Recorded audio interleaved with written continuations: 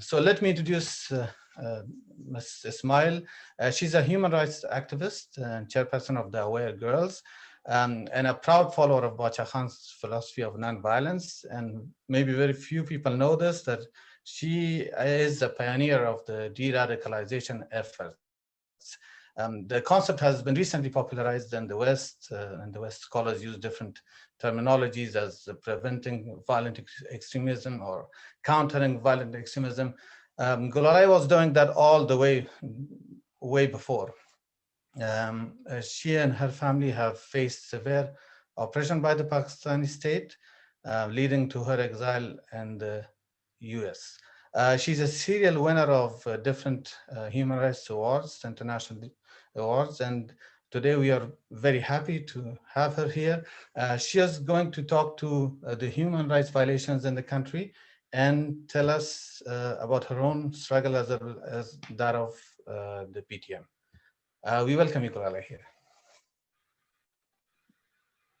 Thank you. Thank you so much for organizing this very important panel and for having me here today. I'm very glad to be among all of you today. So I think I'm not going to speak about my own personal struggles today, but I'm going to speak about Pashtun Tahafuz movement and the context in which the movement emerged in the Pashtun belt. Before we speak about Pashtun Tahafuz movement, I think that let's speak about Pashtun question. And the Pashtun question itself and the war on Pashtun identity is as old as the British colonial era. The British who colonized this region, the Indian subcontinent, in attempt to manage the local population and to engage with them as per their own strategic interests, developed their own narratives about the nations who were living in the subcontinent. And Pashtuns, who were on a very strategic location, they were dehumanized through the narratives developed by the colonizers about the Pashtuns. Pashtuns were labeled as the martial race, the unruly, the unwild.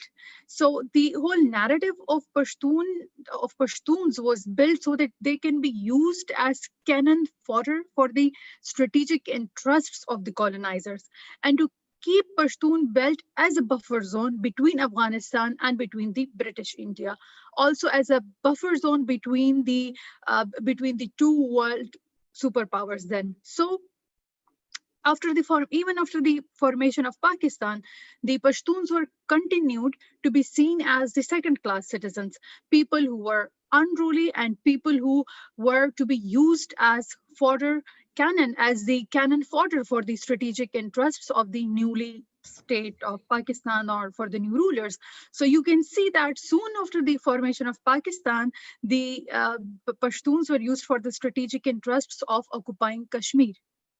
And even today, when the ministers of Pakistan, when there is a conflict with India, they brag about Pashtuns and how Pakistan is going to use Pashtuns tribes against India. So the narrative about Pashtuns and the way Pashtuns are treated, it has not been changed. Pashtuns were colonized before and Pashtuns are colonized before. There was a war on identity of Pashtuns before the formation of Pakistan, and the war on the identity of Pashtuns has continued. So we are in Pakistan, we continue to be treated as dehumanized entities, and therefore they were continued to be ruled by the colonial era's laws like federal crimes regulation, which denied them political rights, the right to democracy, the right to information, the right to justice, the right to development, and were even made victims of laws like collective punishment. And now, even when the FCR has been repealed, Pashtun areas, especially the western districts, are still policed by the army. The houses are searched in the name of search operations, compromising the dignity of the local people. And the tribes are collectively punished when army is attacked by the Taliban, who remained loyal to Pakistan army till recently. So even now they're loyal. So the dehumanization and the stereotyping has it has done, that it has normalized the violence that is inflicted upon Pashtuns in the Pashtun belt. It has normalized the silence of the media in the mainstream Pakistan. And any journalist or activist who dare to break this silence is persecuted, is targeted, is killed, are faced with or persecuted legally. So, and most importantly is that the Pashtun belt is still treated as a buffer zone. It is treated as a safe backyard for recruiting, training, and organizing militant outfits. We have seen in the past, we have seen in the past year that since the Doha deal, between the United States and the Taliban, that the reorganizing of the Taliban has increased, their fundraising activities has increased. They keep on getting extortion. They receive extortion money from the locals. Target killings of the locals has increased, and the Pashtun belt is once again being used as a backyard for dirty laundry of the Pakistan army. So the emergence of Pashtun Tahafuz movement, it was not just any coincidence. It was the result of over a century intellectual and physical violence that was inflicted upon Pashtuns, and because of the long existing political vacuum in the region, the long existing political vacuum which was created because of the federal crimes regulation. The Pashtun Tahafuz movement, it was formerly, we all know that now, that it was formerly known as Masood Tahafuz movement, and it gained countrywide popularity after the extrajudicial murder of young Pashtun Nakibullah Masood by the local police in the Karachi, Nakibullah Masood, who was framed as a terrorist. However, later, after the protests of Masood Tahafuz movement, protests of the Pashtun political forces, it was revealed that he was not a terrorist. In fact, he was an aspiring model. And it was also relieved that he was not the only victim of target killing, but actually the same police officer Rao Anwar had killed at least 400 other people in such extrajudicial murders. But the murder of the Nakib Masood, it became symbolic of the straight brutality against Pashtuns. It was his murder, and the propaganda after his murder was rooted in the stereotypes of Pashtuns as a terrorist, and it was justifying the violence against them. So, Masood Tahafuz movement, it transformed into Pashtun Tahafuz movement when Manzoor Pashtun, along with his 20 friends, when they started this long march, and on their way to Islamabad, they stopped at several cities where they were welcomed by hundreds of Pashtuns who belonged to different political bodies of the Pashtuns. They were welcomed by the activists, and by the time they reached Islamabad, there were thousands of Pashtuns who had already joined the cause, and at that point, it was already clear that it is no more the issue of just one tribe or the issue of one district. It was a whole Pashtun issue, and it had to be fought like a Pashtun issue. And from that point, it became, from a Masood question, it became a Pashtun question. So Pashtun Tahafuz movement, it largely consists of young people who are in their early 20s. And the movement has openly spoken about the victimizations of Pashtuns, both by the state actors and by the non-state actors. And they have very clearly made, even for the non-state actors, they have made it very clearly that who is responsible and who has to be held accountable. So, and who has to be held accountable. And the demands of the Pashtun Tahafuz movement, it includes end to enforced disappearances, end to extrajudicial killing, the removal of landmines in the ex-FATA, as well as rehabilitation of the people, and all within the constitutional framework of Pakistan, and the establishment of a truth commission to investigate the war crimes committed against the Pashtuns. Pashtun Tahafuz movement, it has remained non-violent and has used the tools of large protest demonstrations and social media. However, the state has been very hostile towards the movement. The state of Pakistan has treated the movement hard-handedly, just like the British colonizers would deal Pashtuns hard-handedly. We know what happened in Kesakhwani massacre when people stood up for their political rights. They were killed, and we had seen a similar repetition of what had happened in the Kesakhwani massacre during the British colonizers. We see something similar happen in the Khadkamar massacre. PTM activists have been subjected to arrests, to intimidation, to assassination, and complete censorship of the movement activities from the country's mainstream media. The Khadkamar massacre, as I said, it is one example where the army killed dozens of the Pashtuns and then booked PTM leadership, Mohsen and Ali Wazir, for the murders of the army officers and the Pashtuns who were killed in Khadkamar massacre. And media was used as a puppet. Media was used to amplify the narrative of Pakistan army, while the narrative of Pashtuns, as usually, was curbed on the mainstream media, and the young people were left only with Pashtu, with social media and their mobile phone videos.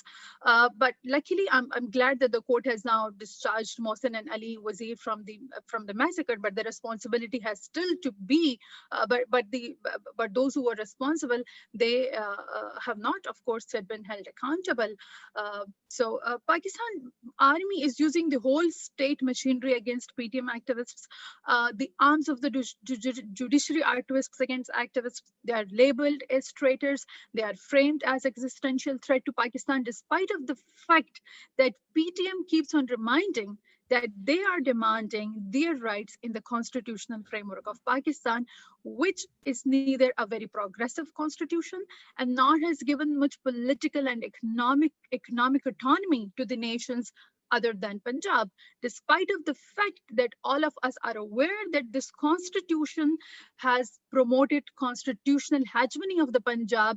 Even then, when Pashtun says that, like they are asking for a minimal basic human rights, that is the right to life, and that is the right to right to justice, the right to free and fair trial, and the right to peace. Like these are called as these minimal standards of life, and this is what Pashtuns are asking at the moment. They're asking for the very minimal basic standards of humanity for themselves in the Pakistan. But even then, they are treated as traitors, they are treated as enemies, they are treated as an existential threat to Pakistan, because Pashtun Tahafuz movement is very brave and the very first kind of movement which has openly and confidently pinpointed the root cause of the problem. Usually in Pakistani politics, even very brave politicians, they would say to talk about the problem of Pakistan, to talk about the undemocratic forces, they will use the words like undemocratic forces. They would use the word like aliens or military establishment. But PTM is very clear. They know that the undemocratic forces, the aliens or the military establishment is Pakistan army, and they have been bold enough to say it that the root cause of the problem here is army and its war economy. And they are, and of course, these young people have been punished. We have been punished for speaking truth to the power. As I said, that the army is using the whole state machinery to silence PTM activists. The judicial system is abused against us for our dissent. The colonial era sedition laws and maintenance of public order laws are used against PTM activists. The regressive anti-terrorism and cybercrime laws are used against activists who speak against terrorism. And most of the senior leadership of the Pashtun Tahafuz movement is on exit control lists. And besides using these laws, the Pakistan army, the establishment and the army is also using the tactic of collective punishment against PTM activists. As you have seen in my own case, that my parents, who have nothing to do with my activism, they have been booked in cases of sedition and terrorism because they are, and also in cybercrime cases because they are my parents. So even though we are not colonized by the British now, the FCR has been repealed, and even in our districts of Pukhtunkhwa, there was like, we were not living under FCR for decades, but even now collective punishment is used as a tool by the state to punish us when we speak for our minimal human rights, like not even the holistic human rights containing our social, political, economic rights. When we speak about very minimal standards of rights, so the Pashtun intelligentsia is targeted. Arman Looney, who was a political educator, it was his study circles which created a cadre of young leadership in Balochistan. He was killed. Professor Naeem Khattak, who was killed. My father, who is a professor, is judicially harassed. So Pashtun intelligentsia is targeted, and this is not the first time that the army, through state or non-state actors, is targeting Pashtun intelligentsia. We have seen that after 9/11, how in the former tribal areas and in the Swat region, target killing of hundreds of Pashtun elders and Pashtun intelligentsia was committed. We had seen that how target killing of political activists of Pashtuns was done. Awami National Party became the biggest victim of those targeted killing. We had seen that they lost their thousands of workers. So the same is now repeated again, that that though Pakistan create the Pakistan army and through the state and non-state actors tried to create a vacuum. Now the younger generation is coming again, and they are filling that vacuum. But again, the military has already started targeting them. PTM is a red line for the Pakistani media. Media is not allowed to cover the narrative and issues of PTM. Media is only allowed to parrot the narrative of Pakistan Army, which is a huge business complex. The army in itself is a huge business complex, and they can only cover the narrative of this business complex. It is a state within the state, and it treats ethnic minorities as the enemies of Pakistan. The ethnic minorities are treated like traitors, be it Pashtuns, be it Baloch or Sindhis. We have seen that the issue of the enforced disappearances, for example, this is not just a Pashtun issue. The issue of enforced disappearances is a Baloch issue, it is a Sindhi issue, it is a Saraiki issue. So it is an issue of all ethnic minorities in Pakistan. And I just want to remind once again that the western districts of Khyber Pakhtunkhwa, the former tribal areas of Pakistan, are once again being used as backyard for training militants after Doha deal, which has given international legitimacy to the Taliban, which has prioritized non-state actors or the state of Afghanistan. And PTM leaders and activists, they have been raising a very strong voice about the new cycle of violence on the Pashtun belt, which is around the corner. But the international community has been looking away, and they have turned their eyes, ignoring what is about to happen again on the Pashtun belt. At the end, I want to make some points that PTM has brought huge wins. It is the very first movement in which young people with courage and political clarity has pointed out the real problem, that is the economy of war and deep state. That is Pakistan Army running an economy of war. Before, as I said before, PTM, people would speak about it even the intellectuals will speak about it in very careful terms. But Pashtun Tahafuz movement has been very clear about the real problem of Pakistan, that is the war economy, which benefits Pakistan Army, and we Pashtuns are at the receiving end of that business. So for decades, the other one, that the Pashtuns for decades were looked down as Taliban, the perpetrators of violence, or in Pakistan and almost all over the world, our identity had become synonymous to this Taliban identity. And for the first time around the world, people could see that Pashtuns are the victims of policies of Pakistan Army. They are at the receiving end of the war, enforced disappearances and target killing. Though 90% of the people who had been killed after the whole war and terror thing are Pashtuns, but even then we were seen as perpetrators. So with PTM, people are able to see for the first time that we, as a nation, as people, are not the perpetrators. We are the victims of the state policies. Can I quickly interject? We don't have much time. I'm just finishing. I'm about to finish. Okay, I'm about to finish it. So the success of PTM Other success that because it is a movement, it is reflective of the diversity of the Pashtuns. In PTM, you can see Pashtuns who belong to left-wing politics, to right-wing. You can see centrist, you can see civil society, because it is a movement, so it also reflects the diversity, and it has been able to bring about people, diverse people on the same page. And another important success of PTM is that it has transformed Pashtun politics, opening it up for the common woman of Pakhtunkhwa as well.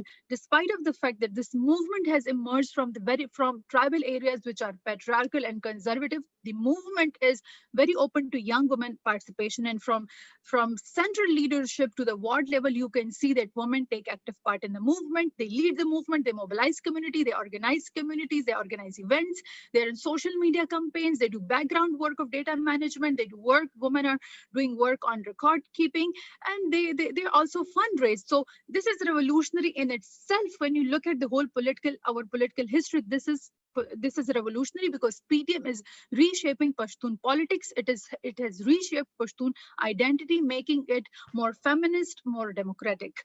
So another thing that PTM has PTM has many wins, but and it's a movement with certain asks, and biggest ask is end of war in the Pashtun belt and forced disappearances. But I would say that that we have to take one step at a time, and we should, if we are burdening, if we think that PTM is our solution to all problems, then we are already failing it. We cannot burden this movement with these are young people, and our role is to support these young people, is to provide them every support we can provide.